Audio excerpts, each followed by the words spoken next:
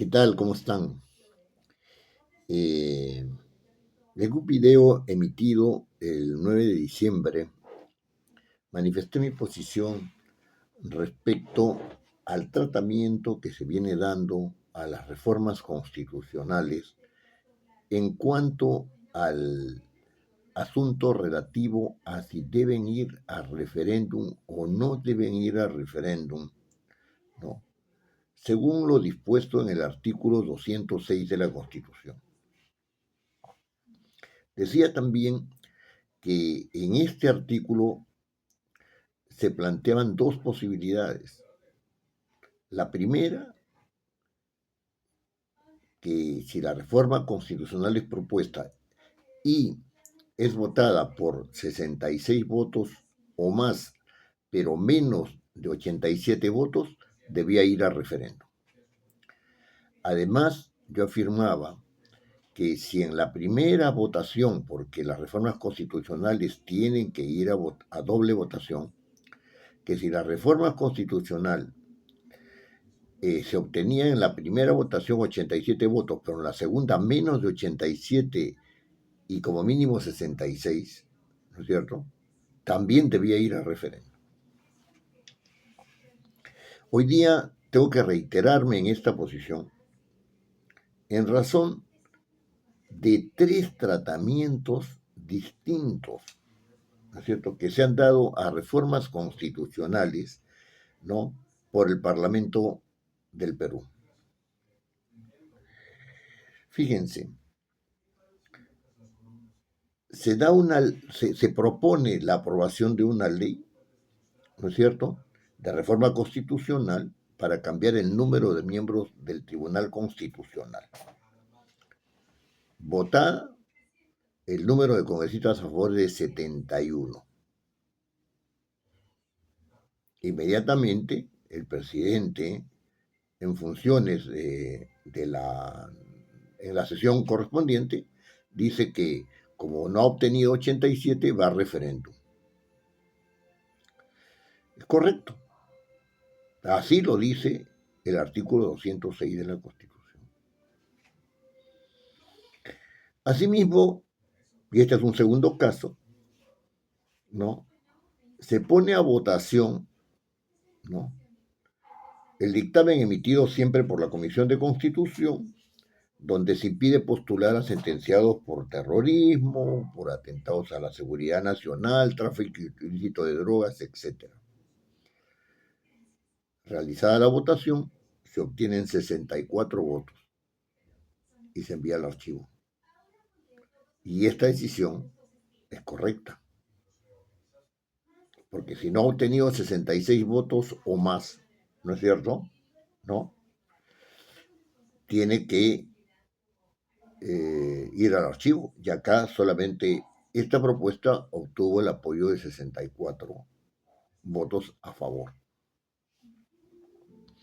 Y un tercer caso es el caso de la relación de la reelección de gobernadores, ¿no es cierto?, y de alcaldes y sus respectivos consejos, ¿no?, y de los miembros de sus respectivos consejos. Allí el asunto se trató de manera distinta. En la primera votación, 92 votos, más de 87 votos. Entonces vamos a la segunda votación. En la segunda votación se obtienen 80 votos, no se llega a los 87. Debió haber ido a referéndum. Pero entonces dicen, no, se planteamos una reconsideración y esa reconsideración es aprobada y se pasa de nuevo a votar, ¿no es cierto?, el texto.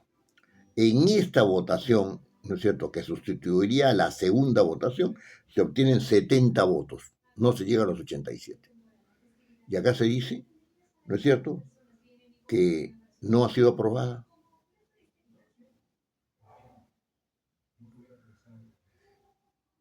¿Por qué no ha sido aprobada? Porque se ha ido a una segunda votación y no se han obtenido los 87 votos, sino solo 70 a favor. ¿Y quién dice que no ha sido aprobada? Si en la primera votación sacó 92 votos Entonces había la posibilidad de que no fuera referéndum y para eso se hizo una segunda votación. Pero la segunda votación no obtuvo 87 votos o más y por lo tanto, habiendo tenido solamente 70, debería ser referéndum. Y no, dijeron que no había sido aprobada y la mandaron al archivo.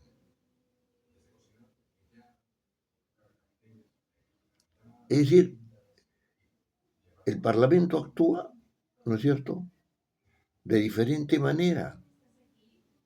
En un primer caso, no obtiene los 87 votos en la primera votación de la reforma constitucional y dice, pasa el referéndum, lo cual es correcto. En el segundo caso, no obtiene los votos necesarios mínimos, o sea, 66 votos, ¿no es cierto? Entonces se va al archivo. Si hubiera tenido 66, tendría que haberse ido a referéndum, pero no los obtuvo. Y en el otro caso, habiendo sido aprobada en una primera votación por 92 votos y en la segunda por 70, ¿no es cierto? Por 70 votos, o sea, más de 66, ahora dice que se va al archivo. ¿Por qué este tratamiento disímil? Evidentemente la legislatura ha concluido el día de hoy.